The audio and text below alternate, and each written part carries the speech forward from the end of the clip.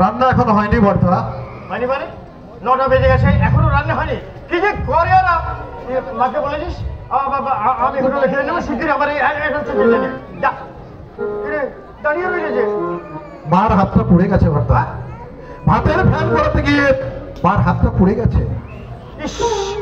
একটা দিনও দেখছি আর আমাকে শান্তিতে থাকতে দেবে না। মা মা ও মা, আচ্ছা কি করে পোড়ালে হাতটা? একটু সাবধানে কাজকর্ম করতে পারো না? কতদিন বলেছি তারা হোক তোর হোক করার দরকার নেই, রান্না না হলে আমি হোটেলে খেয়ে নেবো। আমি যাচ্ছি না তোমার সাথে না।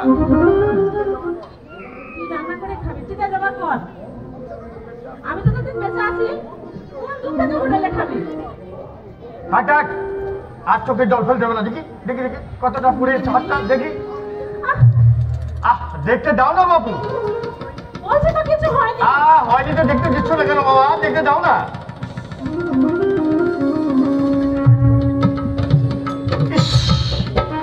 ওটা হাতটাই দেখছি পুরে শেষ করে ফেলে দিচ্ছ বাবা। মা নুরুকে নিয়ে তুমি এখনই হাসপাতালে যাও। নুরু বাবা, মাকে নিয়ে গেল হাসপাতালে যাও।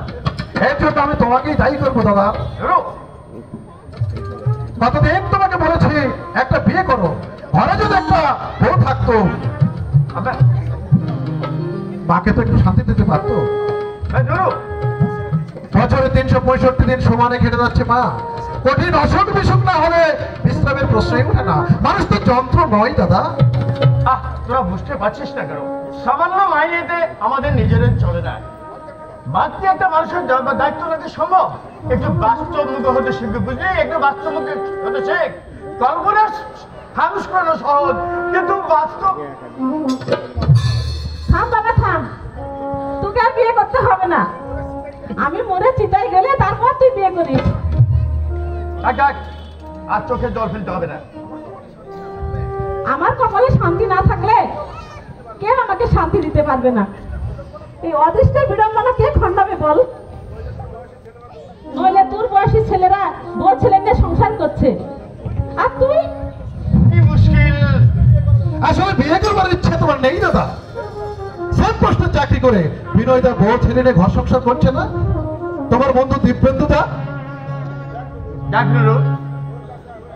তোমার কাছে আমার একান্ত মিনতি দাদা, মাকে তুমি আর কষ্ট দিও না। আমি তোমাকে কথা দিচ্ছি, আমার টিউশনের 30টা টাকাও তোমার হাতে তুলে দেবো। I will promise. লক্ষ্মী বাবা আমার, তুই আরামত করিস না? কোথায় এই বয়সে নাতি নাতনি নিয়ে একটু আনন্দ ফুর্তি করবো, সে সব থেকে তুই আমাকে বঞ্চিত করিস না বাবা। মায়ের এই সামান্য দাবিটুকু তুই রক্ষা কর। তোমার ব্যথা আমি বুঝি মা, কিন্তু এই যুগের মেয়েদেরকে ঘরে এনে কিছুতে তুমি শান্তি পাবে না। বেশিরভাগ মেয়েরা হচ্ছে সেলফিশ, আই মিন আত্মকেন্দ্রিক। নিজেরা ভালো খাবে, ভালো করবে, এই মোটিভ নিয়ে সংসার করতে আসে। কিন্তু খোকা, আমার এক বন্ধু দিব্যন্দা বিয়ে করেছে। বিয়ের আগে বেচারা দারুণ আবদ্ধ ছিল, বুঝলে? বিয়ের পর বেচারা চার চরণ একেবারে পাল্টে গেল। সবসময় তার মুখখানা যেন এই আষাঢ়ের মেঘের মতো অন্ধকার। কেন আবার? বঙ্কিমের মায়ের সঙ্গে বঙ্কিমের বইয়ে বনা করছে না, দিন রাত খিটিমিটি লেগেই আছে। সপ্তাহে 4 দিন সিনেমা দেখা যায়, 10টার আগে নাকি ম্যাডামের ভূমি ভাঙে না।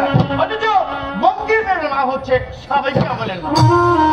আমার মনে হয় দাদা এর জন্য বঙ্কিমটাও কম দায়ী নয়। কিন্তু তিনি যদি স্ত্রীকে প্রথম থেকেই রাস টেনে ধরতেন, পরিস্থিতি অন্যরকম করতে পারতো।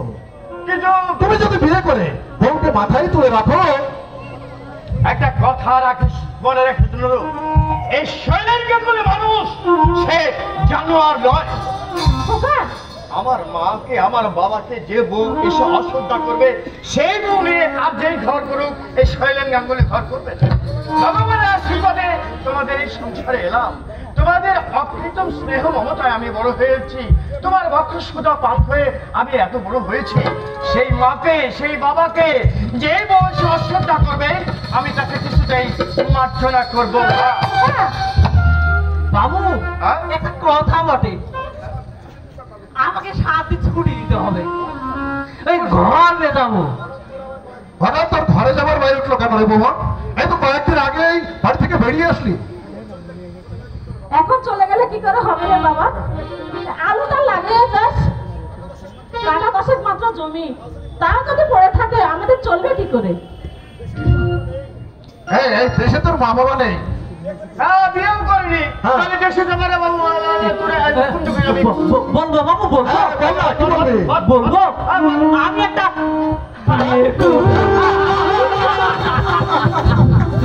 বলিস কি রে হতভাগা? বিয়ে করবি? বিয়ে করে বউকে খাওয়াতে পড়াতে পারবি তো? করিস তো দেড় মজুরি। কেন পারবো নাই? আমি কাম করব, আমার বউ কাম করবে। চলবে একটা এই দুটো পেট, না না চললে তখন দেখা যাবে। ওই কাল সকালে আমি চলে যাব, আমাকে 10টা টাকা বেশি দিবেন, ওই কাম করে সুদি দিব কিন্তু বাবু। আশ্চর্য মানবিককে দে, রোজ 2 টাকা মজুরি পাই। ভুবন যদি 3 টাকা মজুরি পেয়ে বিয়ে করে, আর তুই মাসে 3000 টাকা মজুরি পেয়ে বউ বাচ্চাকে খাওয়াতে পারবি না? তুই কি ভুবনের চাও? দেখো মা, খাওয়া পড়ার প্রশ্ন নয়। আমি ভাবছি বউ যদি তোমাদের অশ্রদ্ধা করে সংসার শান্তি আরো বাড়বে। সে ভাগ্য আমার, তার জন্য কোনোদিন তোকে আমি দোষারোপ করবো না। বউ যদি আমার কথা নাই শোনে, ভাববো আমার অদৃষ্টের দোষ। কিন্তু মা, সন্তানের সুখে মায়ের সুখ, ছেলে মেয়ের শান্তিতে মা বাবার শান্তি, এর চেয়ে বেশি কিছু চাই না বাবা। তুই আর অবাক করিস না, এ মাসের মধ্যেই তোকে আমি বিয়ে দেবো। মা মা মা মা, ইয়া বাবা, নুরু নুরু, এদিকে ভাই, একটু মাকে বুঝিয়ে বল, সুখে দুঃখে আমাদের দিন ভালো কাটছে। পরের মেয়ে ঘরে এসে ঝালমেলা দেবে, দুধের পর করে দেবে। আর এই বোনের বিয়ে দিতে আমাদের প্রচুর দেনার হয়েছে তো। কিন্তু দাদা, এই যে মেয়েদের ঘরে এনে কিছু শান্তি পাবে, হৃদয় বলে কোনো বস্তু নেই রে। যৌথ ফ্যামিলির দায়িত্ব নিতে এরা অস্বীকার করে। কাজে আপনি আপনি নিশ্চয় শৈলেন বাবু? কিন্তু আপনি? আমার নাম শঙ্কর মুখার্জি। ওই গঞ্জে আমাদের একটা ঠিকাদারি ফার্ম আছে। আপনারাই তো ন্যাশনাল হাইওয়ের কন্ট্রাক্ট পেয়েছেন, গঞ্জের দক্ষিণে সেই 5 তলা বাড়িটা। হ্যাঁ ভাই, ঠিক আছে, আপনি আসুন। বসুন। ঠিক আছে, আমার কোনো অসুবিধা হচ্ছে না। আপনার বাবা যখন চাকরি করতেন ঠিক তখন থেকে আমার সঙ্গে পরিচয়। দেখুন শৈলেন বাবু, আমার একটি বিবাহযোগ্য বোন আছে। এখন আমার একটু অসুবিধা আছে, সামান্য মানে পাই। কিছুদিন আগে বোনের বিয়ে দিতে অনেক টাকা পয়সা খরচ হয়েছে, সেই ক্ষতস্থানটা এখনো শুকায়নি। কাজে বিয়ে করবার বিলাসিতা। আমাদের অসুবিধার কথা ওদের আমি বলেছি শৈলেন, কিন্তু উনি বলছেন ওসব নিয়ে আপনাদের ভাবতে হবে না, সব দায়িত্ব আমাদের। কিন্তু বাবা, আমার বোন আপনাদের বোধ হয় আসবে না শঙ্কর বাবু, বরং সচ্ছলতারে আসবে। আমরা কি চাই জানেন? একটা সৎ চরিত্র বুদ্ধিমান ছেলে, গরিব হোক তাতে কোনো ক্ষতি নেই, কিন্তু অপদার্থ ও শৃঙ্খল যেন না হয়। সেই দিক থেকে দাদা কিন্তু 100-এর ভিতরে 100 মার্কিং পাবে। আজ পর্যন্ত সব করে একটা সেকেন্ড পর্যন্ত কি হচ্ছে না? এক কথায় বলতে গেলে এই 20 শতাব্দীর 50 দশকের কোনো ছাপই নেই দাদা। তুমি আর অমত করো না দাদা। শঙ্করদা যখন উপযাচক হয়ে আমাদের বাড়িতে এসেছেন, তখন শঙ্করদার বোনই আমাদের ঘরে বৌদি হয়ে আসো। আর আমি কিন্তু মিষ্টি আনতে চাইলাম।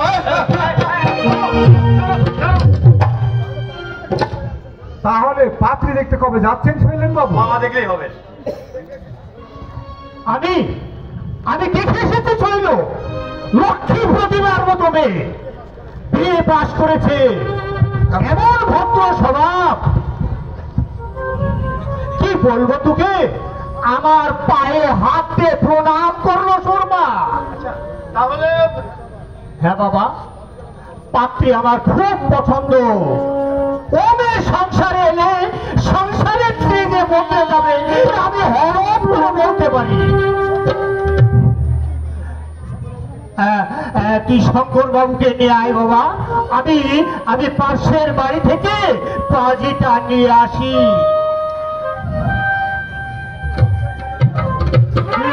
ভাবছেন শৈলেন বাবু? ভাবছি আমার অবস্থা হবে বঙ্কিমের মতো না। বঙ্কিম, দেখুন, মা বাবাকে আমি দেবতার মতো শ্রদ্ধা করি। আশা করি আপনার বোনকে সে কথা খুলে বলবেন। আমাকে অশ্রদ্ধ করুক তাতে ক্ষতি নেই, কিন্তু আমার মা বাবাকে সেই দিক দিয়ে আপনি নিশ্চিন্ত থাকবেন। গুরুজনদেরকে অশ্রদ্ধা করবে সেই পরিবেশ আমার নয়। প্রত্যেকটি ভাই বোনকে আমি কঠোরভাবে চরিত্র গঠন করেছি। আসুন